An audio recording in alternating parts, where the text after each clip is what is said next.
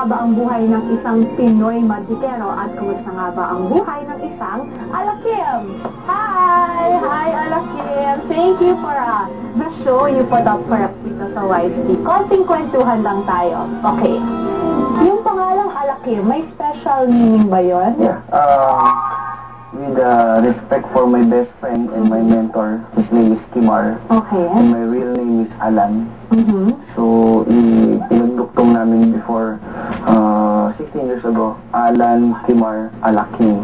Akala ko special word sa, yun nga, in the Middle East, tas may kakaibang meaning. Pero, wala naman. Wala. Kumbaga, not because of Kimar, hindi talaga ako magiging magician eh. So, itong mentor mo, si Kimar, Kimar. 16 years ago nagkakilala kayo. Kwento mo sa amin. Yeah. May isang food chain na ina-plan ko. That time I was 15 years old. Okay. Nasa school ka nun? Fourth year High school ako nun. Kailangan ko mag-work. Before, mga food chain, fast food chain, dapat 16 years old or 18 years old, and then you need a parent consent. So, ginawa ako, apply ako sa food chain, tapos kasabay ko siya nag-exam. Siya, 7 times niya na yung work na yun. And then makulit.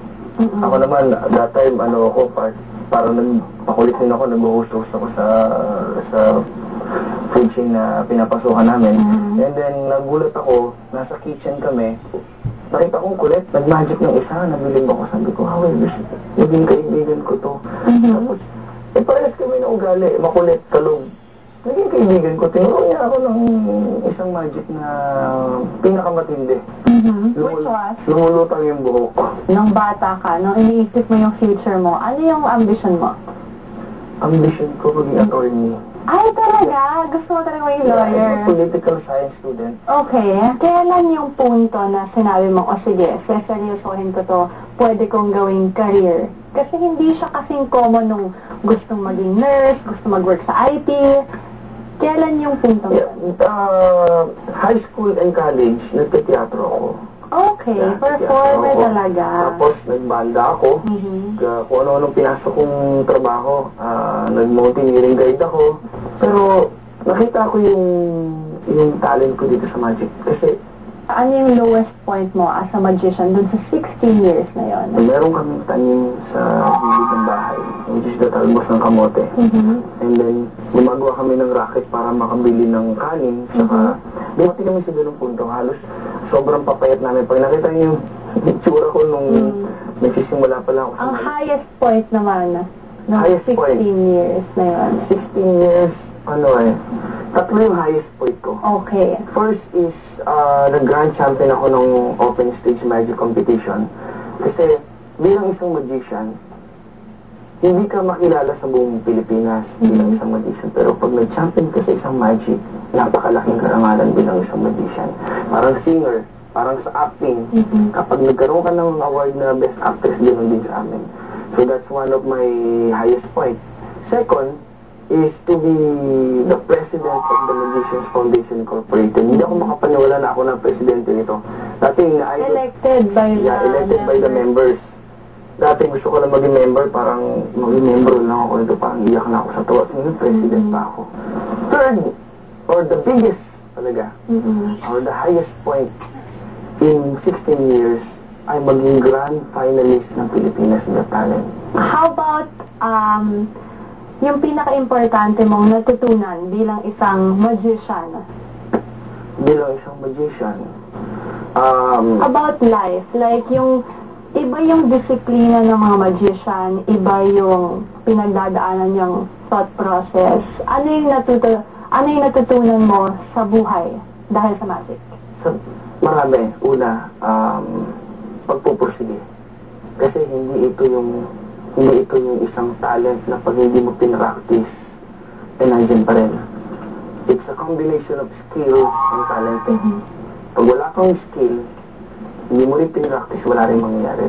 So, kailangan mag-proceed ka rito. Kaya ako nagbibigay ako ng mga pointers sa mga magician na you need 5 things. One is the practice. Second is the practice. Third practice. Fourth practice. Hindi mo kala mo magaling ka na. lahat ng mga magician sa amin, lahat ng magician sa buong mundo, non-stop ang pag-practice. Non-stop ang pag-create ng mga bagong magic. Non-stop ang pagpupursige para makilala bilang isang magician. Second, isipin mo yung family mo, siyempre. You do this for your family. Third, siyempre, ako hiling ko kasi mag-pray. Kahit na konti, basta may show ako, pumipikit lang ako kahit wala ako sa simbahan, pumipikit lang ako. Kaya nakausap ko siya. Thank you very much. Maraming salamat. Yay! At kasi ako, ever since bata din ako, sobrang hilig ko manood talaga ng magic shows. Hindi lang yung dito sa Pilipinas, pero katulad nga sa TV na David Copperfield, noon pa yun ngayon mga David Blaine na. So, ito ang little dream ko sa buhay ko na ikaw ang makakapagbigay sa akin ng katuparan. Pwede mo ba akong turuan isang, ay, isa magic trick?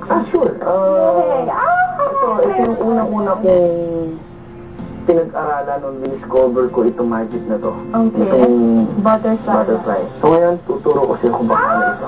Bago ang lahat, syempre, ang gift ko para sa'yo. Yay! Ako White nata Rose. dapat may gift sa'yo, pero thank you for sharing your life with us dito sa White. Thank you very much.